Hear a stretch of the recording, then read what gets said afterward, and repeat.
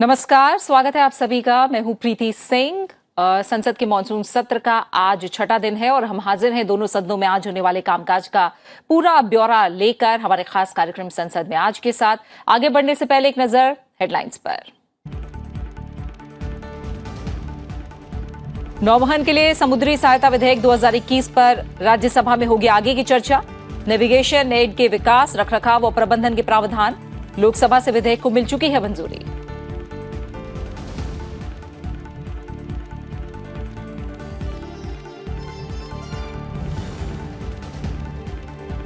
राज्यसभा के एजेंडे में किशोर न्याय, बच्चों की देखभाल और संरक्षण संशोधन विधेयक 2021, बाल संरक्षण को मजबूती प्रदान करने के उपाय, बाल कल्याण समितियों को भी मिलेगी ज्यादा ताकत।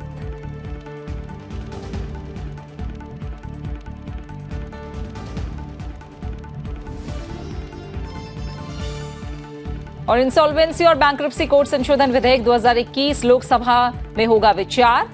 एमएसएमई के तहत आने वाले कर्जदार कारोबारियों को प्री पैकेज इंसॉल्वेंसी निपटान प्रक्रिया की मिलेगी सुविधा।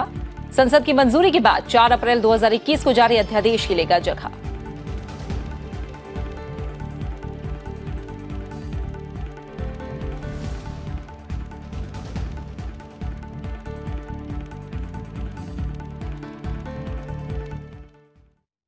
संसद के आज के एजेंडे की बात करें तो दोनों सदनों में काफी अहम कामकाज निपटाए जाने हैं। नौवहन के लिए समुद्री सहायता विधेयक 2021 पर राज्यसभा में आगे की चर्चा होगी। किशोर न्याय, बालकों की देखरेख और संरक्षण संशोधन विधेयक 2021 भी विचार और पारित किए जाने के लिए उच्च सदन की कार्यसूची में शामिल है। उच्च सदन में उद्योग संबंधी स्थायी समिति और परिवहन, पर्यटन और संस्कृति संबंधी स्थायी समिति के प्रतिवेदन पेश किए जाएंगे। साथ ही सदन के पटल पर रखे गए पत्रों संबंधी समिति की रिपोर्ट राज्यसभा में पेश की जाएगी। विदेश मामलों संबंधी संसदीय स्थायी समिति का विवरण भी सदन में रखा जाएगा। केंद्रीय मंत्री डॉक्टर जितेंद्र सिंह पृथ्वी विज्ञान मंत्रालय, जैव प्रौद्योगिकी विभाग, विज्ञान और प्रौद्योगिकी मंत्रालय से संबंधित मामले पर सदन में बयान देंगे। प्रश्नकाल के दौरान जनहित से जुड़े अहम सवाल पूछे जाएंगे। दिवंगत पूर्व राज्यसभा सदस्य वसीम अहमद, मॉरिशस के पूर्व राष्ट्रपति और प्रधानमंत्री सर अनिरुद्ध जगन्नाथ और जाम्बिया गणराज्य के प्रथम राष्ट्रपति डॉक्टर केनेथ डेविड बुचिजिया कोंडा को श्रद्धांजलि भी दी जाएगी।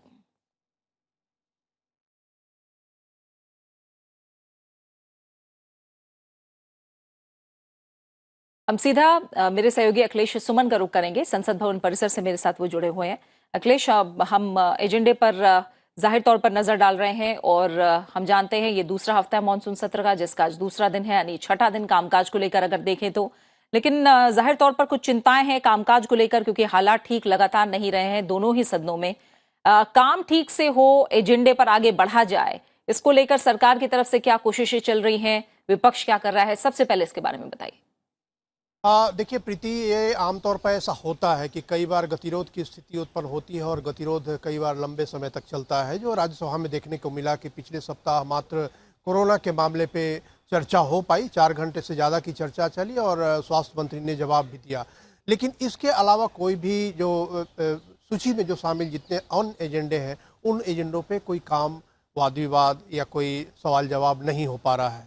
शून्यकाल भी नहीं चल पा रहा है। तो ऐसी स्थिति को देख के चेयरमैन ने भी अनुरोध किया था सभी विपक्षी दलों को और सत्ताधारी दल को भी कि वे आपस में बातचीत करके इस स्थिति का कोई हल निकाले, क्योंकि ये स्टेलमेट बहुत दिनों से चलने से जनता के अंदर भी एक अच्छी छवि नहीं बनती है संसद के बारे में। और कोविड काल से हम गुजर रहे हैं, आर्थिक स्थितियों पर भी कई तरह के सवाल हैं, संकट की स्थितियां भी हैं। तो ऐसे में चेयरमैन जो एम वेंकैया नायडू हैं, उन्होंने अनुरोध किया था और कल इसके बारे में एक जानकारी भी दी। जो सदन के नेता हैं पीयूष गोयल, राज्यसभा में पीयूष गोयल ने बताया कि उनकी तरफ से कई प्रयास किए गए, लीडर ऑफ अपोजिशन से भी वे मिले, अन्य विपक्षी दलों के नेताओं से भी मिले और उनसे बातचीत करने की कोशिश की। उन्होंने चाय पर भी आमंत्रित किया और उन्होंने कल सदन में भी बोला कि आज भी शाम में चाय पर हम आमंत्रित करते हैं, आप लोग आएँ और हम बात करके इस मसले का कोई हल निकालते हैं। दूसरी तरफ संसदीय कार्य मंत्री प्रहलाद जोशी थे, उस समय वो भी मौजूद थे और उन्होंने बताया कि वे जो विपक्ष के नेता हैं राज्यसभा में, उनके यहाँ भी गए और उन्हें उनसे जाकर अपील की। तो विपक्ष के नेता ने कहा कि हम अन्य जो कलीग हैं, जो उनसे बात करके हम मामले का हल निकालने की कोशिश करेंगे और उसके बारे में बताएंगे। आज अभी बैठक चल रही है विपक्षी दलों की, और इधर बीजेपी के भी संसदीय दल की बैठक अभी खत्म हुई है।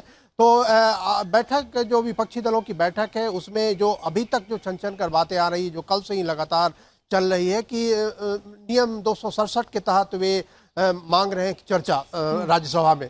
और जो चेयरमैन वेंकैया नायडू ने कहा था कि इस चर्चा को अभी स्वीकार नहीं किया जा सकता इस नियम के तहत, क्योंकि इस पे सामान्य चर्चा के तहत ये बातें चल सकती हैं।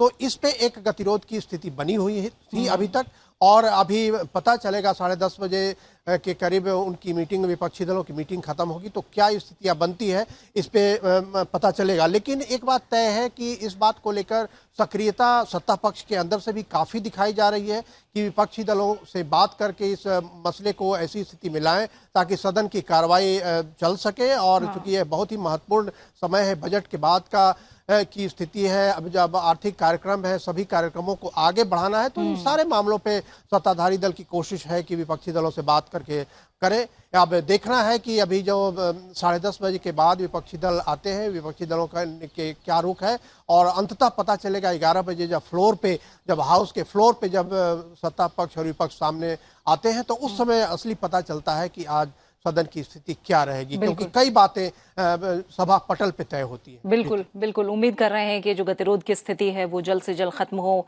अखिलेश, आप हमारे साथ बने रहिए क्योंकि अहम एजेंडा है जिसके बारे में आगे हम नजर डालेंगे, और इस पर हम बात करते हैं विधायी कामकाज को। अगर सबसे पहले देखें तो संसद के आज के एजेंडे में बात करते हैं पहले राज्यसभा की। नेविगेशन के लिए सामुद्रिक सहायता विधेयक यानी the marine aids to navigation bill 2021 पर आज राज्यसभा में आगे की चर्चा होगी। केंद्रीय पत्तन, पोत परिवहन और जलमार्ग मंत्री सर्बानंद सोनोवाल ने 19 जुलाई को विधेयक पर चर्चा का प्रस्ताव किया था। चर्चा पूरी नहीं हो पाई और ये आज भी जारी रहेगी। ये बिल भारत में नेविगेशन एड्स के विकास, रखरखाव और प्रबंधन के लिए फ्रेमवर्क प्रदान करता है। ये लाइट हाउस अधिनियम 1927 की जगह लेगा ताकि तकनीकी विकास और समुद्री नौवहन के क्षेत्र में भारत के अंतर्राष्ट्रीय दायित्वों को समाहित किया जा सके। नेविगेशन एड जलयान के बाहर लगा ऐसा यंत्र, सिस्टम या सेवा है जिसे जलयान या वेसल ट्रैफिक के सुरक्षित और कुशल संचालन के लिए डिजाइन और ऑपरेट किया जाता है। केंद्र सरकार नेविगेशन एड्स और वेसल ट्रैफिक सेवाओं के प्रबंधन के लिए जिम्मेदार होगी। वैध प्रशिक्षण सर्टिफिकेट के बिना किसी व्यक्ति को किसी स्थान पर नेविगेशन एड या वेसल ट्रैफिक सेवा के संचालन की अनुमति नहीं होगी। केंद्र सरकार हेरिटेज लाइट हाउस की पहचान और उसका विकास कर सकती है। नेविगेशन एड या वेसल ट्रैफिक सेवा को नुकसान पहुंचाने पर 1 साल तक की सजा या 5 लाख रुपए तक का जुर्माना या दोनों भुगतने पड़ सकते हैं। लोकसभा से यह विधेयक पारित हो चुका है।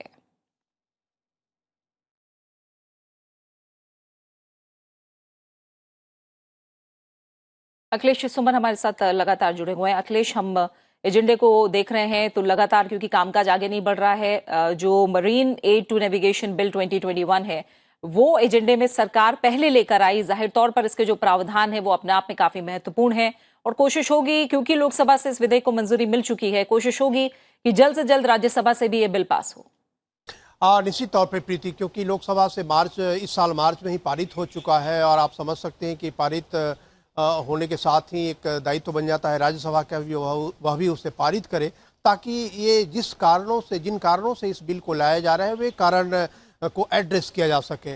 और जैसा कि आप जानती हैं कि 3 तरफ से समुद्र से घिरा हुआ हमारा देश है, काफ़ी बड़ी कहें कि बड़ी लंबाई चौड़ाई में हमारे पास जो समुद्री सीमाएं हैं, और ऐसे में जो अंतर्राष्ट्रीय जलयान है वो भी हमारे यहाँ आते हैं, हमारे जलयान भी अंतर्राष्ट्रीय जल में जाते हैं, और एक व्यापार से लेकर सुरक्षा और रक्षा तीनों का एक बहुत बड़ा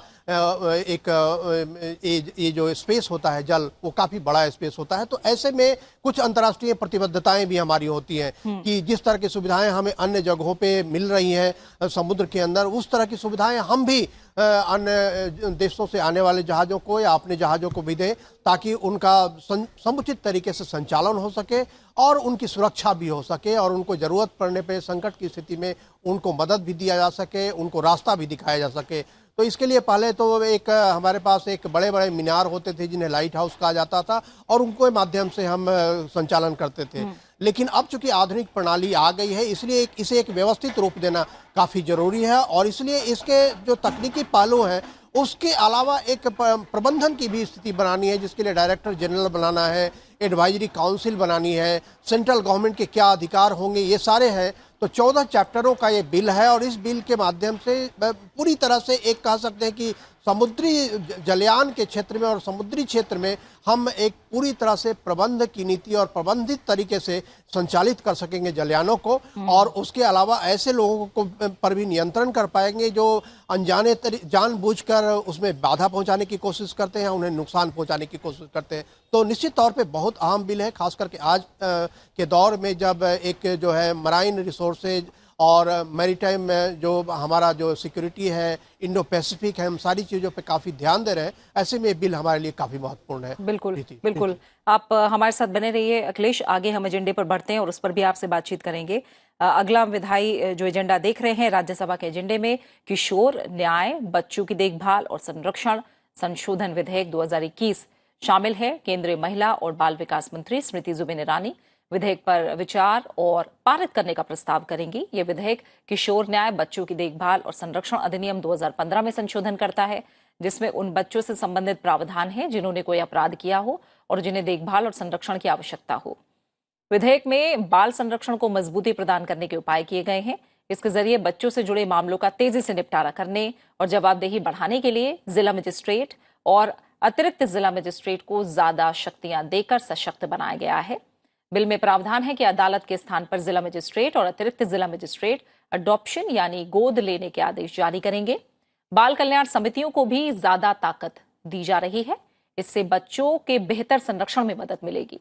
लोकसभा से विधेयक 24 मार्च 2021 को पारित हो चुका है।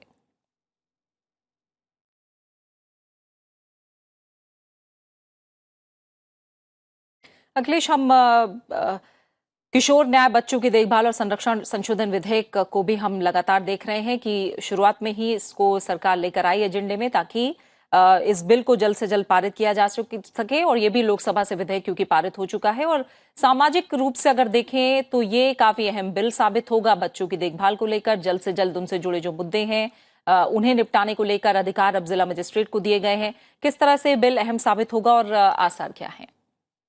निश्चित तौर पे काफ़ी अहम बिल है, क्योंकि एक बहुत बड़ी जनसंख्या है हमारी जो 18 साल से कम उम्र के लोग हैं और इसमें जो बालक बालिकाएं दोनों इसमें शामिल हैं। और ऐसे में कई बार एक ऐसी स्थिति बनती है कि कुछ केस जो है वो जुवेनाइल कोर्ट करती है, कुछ केस जो है वो सामान्य अदालतें करती हैं। तो इसको पूरी तरह से बदलकर इस बिल के माध्यम से सारे केस जो है इस उम्र के बच्चों का चिल्ड्रन कोर्ट के माध्यम से होगा। और उसमें जो एक अहम बात ये भी है कि अगर ऐसे जो कई बार होता है कि 7 साल से ऊपर की सज़ा जब जिन बच्चों को होती है उनके बारे में एक दूसरी स्थिति बनाई जाती है, तो इनको यह माना गया है कि 7 साल से ऊपर वाली सज़ा के जो लोग बच्चे हैं जिन्हें सज़ा मिली है उन्हें भी इसी प्रक्रिया से, सामान्य प्रक्रिया से की जाए, ताकि उन्हें उनके जो खिलाफ जो केस है उसका भी समुचित निपटारा हो सके और जिसके खिलाफ उन्होंने अपराध किया है उन्हें भी समुचित न्याय मिल सके। तो एक तरह से कहे कि बच्चों के कल्याण से लेकर बच्चों के अंदर एक अनुशासन और जिम्मेदारी की भावना पैदा करने, दोनों से संबंधित ये बिल है। इसके अलावा इसमें जो डिस्ट्रिक्ट वेलफेयर कमेटी बनाने का प्रावधान है ताकि आप जिले में एक ऐसा कम से कम डिस्ट्रिक्ट वेलफेयर कमेटी रहे जो बच्चों के मामलों पर ध्यान दे सके। तो ये काफ़ी एक कह सकते हैं कि काफ़ी जो महत्वाकांक्षी ये योजना है कि ये डिस्ट्रिक्ट के अंदर एक ऐसी कमेटी होगी जो बच्चों के बारे में, सर्वांगीण उनकी विकास के बारे में और उनके अंदर जो उनके साथ न्याय हो, उनके साथ कोई अन्याय न हो, इसका ध्यान रखने के लिए अगर बनाया जा रहा है तो निश्चित तौर पे इसमें माना जाएगा काफ़ी एम्बिशियस है। और एक तीसरी जो अहम बात है एडॉप्शन को लेकर, तो अभी तक भारत में एडॉप्शन की प्रक्रिया काफ़ी क्लिष्ट मानी जाती रही, लेकिन एडॉप्शन एक ऐसी चीज़ है जिसे सुगम बनाया जाना चाहिए ताकि जो अनाथ बच्चे हैं या जिनको कोई गोद लेना चाहता है वो आसानी से गोद ले सके। तो उसके लिए सिविल कोर्ट के से निकाल कर इसे डिस्ट्रिक्ट मजिस्ट्रेट को दिया गया है और ऐसी व्यवस्थाएं की गई हैं ताकि एडॉप्शन की जो गोद लेने की प्रक्रिया है काफ़ी सुगम हो सके, जिसमें कि बच्चों को भी एक नया घर मिल सके, बच्चों को भी एक नई ज़िंदगी मिल सके और उन्हें आगे की ज़िंदगी में शामिल होने के लिए उन्हें प्रेरित किया जा सके। तो निश्चित तौर पे ये काफ़ी अहम बिल है जिसे ये सरकार लाई है और देखना होगा कि राज्यसभा में इस पर आज किस तरीके से इस पर चर्चा हो पाती है। बिल्कुल अखिलेश, बिल्कुल। बहुत बहुत शुक्रिया आपका अखिलेश सुमन, हमारे साथ जुड़ने के लिए और खासतौर से राज्यसभा के एजेंडे को लेकर विस्तार से इस जानकारी को हम तक पहुंचाने के लिए आपका। और अब आगे बढ़ेंगे, बात लोकसभा की करेंगे। लोकसभा में 3 अहम विधेयक कार्यसूची में शामिल हैं। वित्त मंत्री निर्मला सीतारमण दिवाला और शोधन अक्षमता संहिता संशोधन विधेयक 2021 पर विचार और पारित किए जाने का प्रस्ताव करेंगी। सदन में वर्ष 2021-22 के लिए अनुपूरक अनुदान मांगों के प्रथम बैच पर चर्चा और मतदान भी होना है, जिसके स्वीकृत होने के बाद वित्त मंत्री निर्मला सीतारमण विनियोग संख्यांक 4 विधेयक 2021 पेश करेंगी। वो विधेयक पर विचार और पारित करने का भी प्रस्ताव करेंगी। साथ ही वर्ष 2017-18 के लिए अतिरिक्त अनुदान मांगों पर चर्चा और मतदान भी कार्यसूची में शामिल है, जिसकी मंजूरी के बाद विनियोग संख्यांक 3 विधेयक 2021 भी पेश किया जाएगा। सदन में विदेश मामलों संबंधी संसदीय समिति का विवरण पेश किया जाएगा। साथ ही उद्योग संबंधी स्थायी समिति और परिवहन, पर्यटन और संस्कृति संबंधी स्थायी समिति के प्रतिवेदन भी पेश किए जाएंगे। अलग अलग मंत्रालयों से जुड़े अहम पत्र भी सभा पटल पर रखे जाएंगे।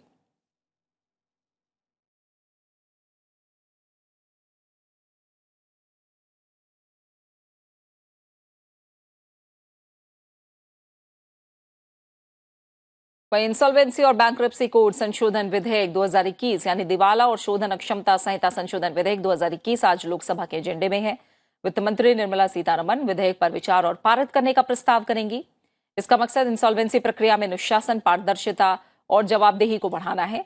इससे सूक्ष्म, लघु और मध्यम उद्यमों को दिवाला समाधान प्रक्रिया के लिए विकल्प मिलेगा। एमएसएमई के लिए लाई गई इस प्रक्रिया को PPIRP यानी प्री पैकेज इंसॉल्वेंसी रेजोल्यूशन प्रक्रिया कहा गया है। कॉर्पोरेट इंसॉल्वेंसी रेजोल्यूशन प्रक्रिया की ही तरह प्री पैकेज इंसॉल्वेंसी रेजोल्यूशन भी देनदारों के जरिए ही शुरू किया जा सकता है। इस प्रक्रिया के तहत देनदारों के पास समाधान का प्लान होना चाहिए। PPIRP के दौरान प्रबंधन देनदारों के पास ही होगा। PPIRP कब शुरू होगा, इसे लेकर भी इस विधेयक से स्थिति साफ होगी। डिफॉल्ट की न्यूनतम राशि को कम से कम 1 लाख रुपए रखा गया है। वहीं केंद्र सरकार अधिसूचना के जरिए डिफॉल्ट की न्यूनतम राशि को बढ़ाकर 1 करोड़ रुपए तक कर सकती है। इस विधेयक से लेन देन के विवाद को पेशेवर तरीके से निपटाने में मदद मिलेगी। ये विधेयक 4 अप्रैल 2021 को जारी अध्यादेश की जगह लेगा।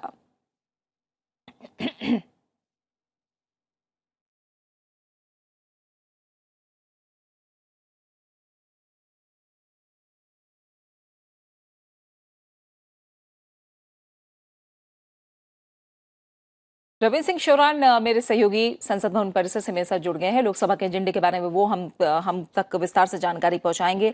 रविंद्र, हम लोकसभा में आज देख रहे हैं, आज के एजेंडे में भी काफी अहम कामकाज है और स्थिति वही है, गतिरोध के चलते कामकाज आगे नहीं बढ़ पा रहा है।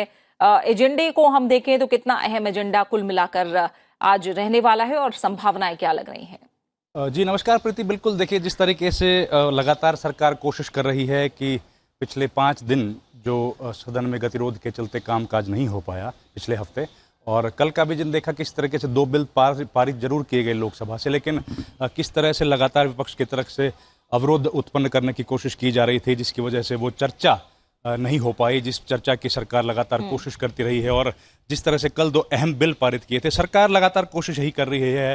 प्रधानमंत्री ने भी जब अपना जो मानसून सेशन शुरू हुआ उससे पहले पत्रकारों से बातचीत करते हुए विपक्ष से गुजारिश की थी कि हर मुद्दे पर सरकार सकारात्मक चर्चा के लिए तैयार है, चाहे वो कोई भी मुद्दा हो।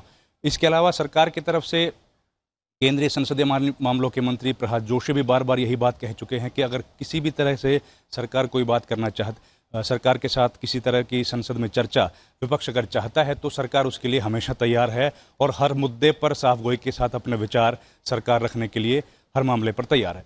लेकिन लगातार कोशिश यही रह रही है विपक्ष की तरफ से कि किसी तरीके से अवरोध जो है उत्पन्न किया जाए और संसद का जो कामकाज है उसको बाधित किया जाए। आज का बहुत अहम एजेंडा है। लगातार जिस तरह से हम देख रहे हैं कि पिछले वीक जो है वो फैक्टरिंग वाला बिल, लगातार फैक्टरिंग और जो फूड प्रोसेसिंग के जो 2 लगातार अहम बिल थे वो लगातार लगे रहे और उनको पारित किया गया। तो सरकार कोशिश यही कर रही है। आज इंसॉल्वेंसी और बैंक्रप्सी कोड बहुत अहम बिल है। लगातार कोशिश कर रही है कि जिस तरह से जो वित्तीय संस्थाएं हैं उनको किस तरह से मजबूत किया जाए और आम आदमी तक जो लाभ सरकार पहुंचाने की कोशिश कर रही है वो किस तरह से आम आदमी तक पहुंचे, उसके लिए जो संशोधन या जो नए कानून लाने की ज़रूरत है। सरकार पिछले लंबे समय से उसी एजेंडे पर काम करते हुए लगातार यही कोशिश कर रही है और देखिए जो बिल है इंसॉल्वेंसी एंड बैंक्रप्सी कोड का, उसमें हमने कल ही देखा कि एक समाचार आया है यूके के कोर्ट से कि किस तरह से बैंकरप्ट डिक्लेयर कर दिया गया है विजय माल्या को, जो स्टेट बैंक ऑफ इंडिया और कुछ दूसरे बैंकों से एक बड़ा ब्याज लोन लेकर के भाग गए थे, उनको डिफॉल्टर घोषित किया गया है। तो जिस तरह से जो ऐसी बड़ी बड़ी कंपनियां हैं या जो सूक्ष्म लघु उद्योग हैं, वो अगर ऐसी स्थिति में पहुंच जाते हैं जहां वो कर्जा बैंक का या किसी दूसरी संस्था का कर्जा दे पाने की स्थिति में नहीं है, या फिर घाटे की वजह से उनको किसी तरह से नुकसान हो रहा है, तो एक स्मूथ ट्रांजैक्शन किस तरह से हो, उसमें ज़्यादा अनुशासन आए, इसकी संभावनाओं को देखते हुए ये बिल जो है इस तरीके से इसमें ये लेकर आया गया है। और आने वाले समय में ज़्यादा से ज़्यादा जो भी वित्तीय मामले हैं, जिस तरह का लेन देन है, उनमें अनुशासन पैदा करके और कामकाज को सुगम बनाया जाए, इस तरह के जो ट्रांजैक्शन है उनको आसान किया जाए,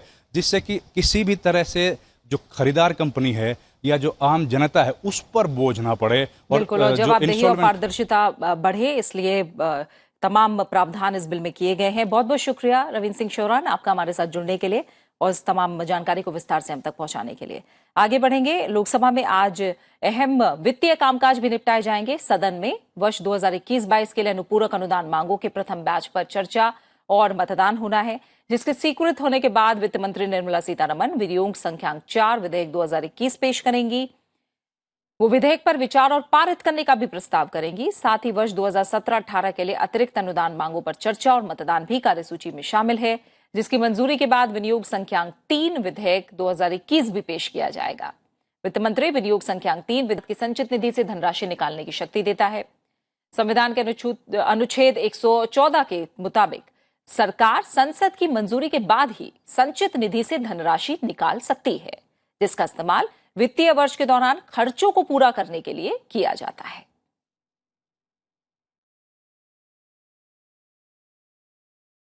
और अब बात प्रश्नकाल की। राज्यसभा में आज प्रश्नकाल के दौरान आयुष, कॉर्पोरेट कार्य, संस्कृति, पृथ्वी विज्ञान, वित्त, पर्यटन, स्वास्थ्य और परिवार कल्याण, नवीन और नवीकरणीय ऊर्जा, विद्युत विज्ञान और प्रौद्योगिकी मंत्रालय से जुड़े अहम सवाल पूछे जाएंगे। एक नजर कुछ प्रमुख सवालों पर।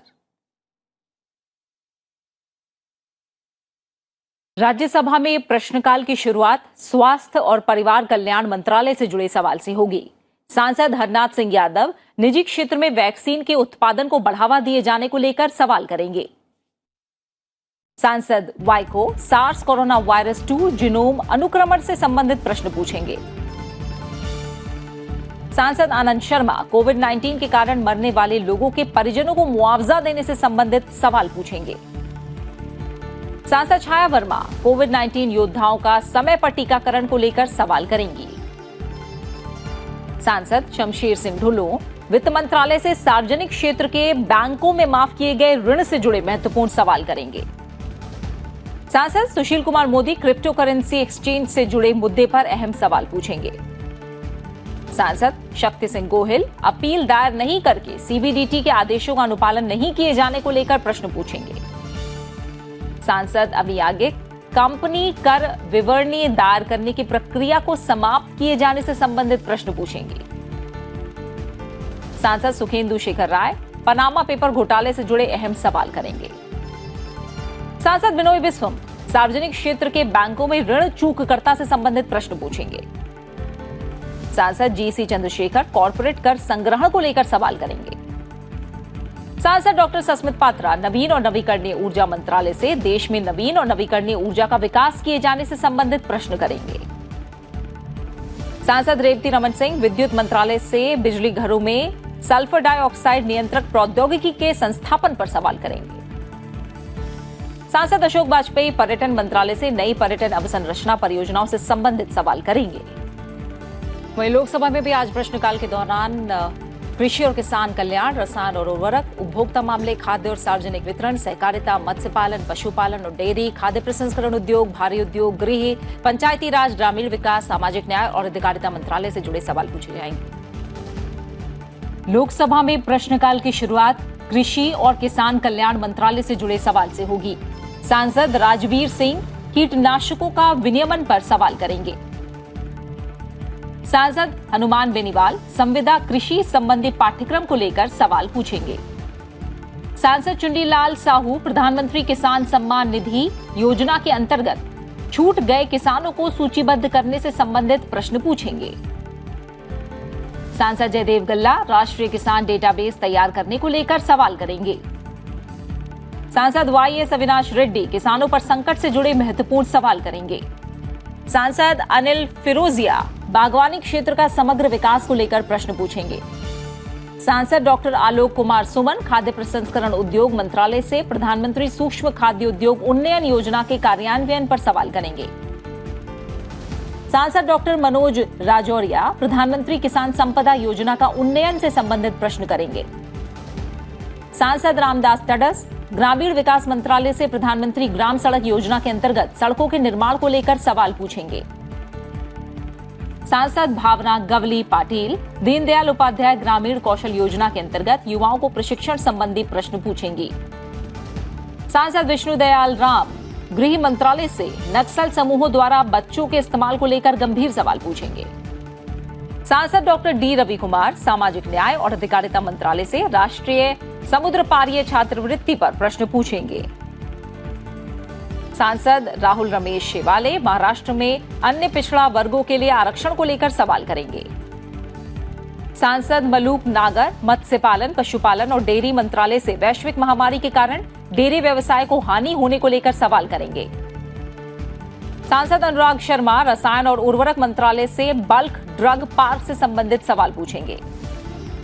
और इसी के साथ फिलहाल संसद में आज में इतना ही। कुछ ही पलों बाद आप देख सकते हैं राज्यसभा की कार्रवाई का सीधा प्रसारण। नमस्कार।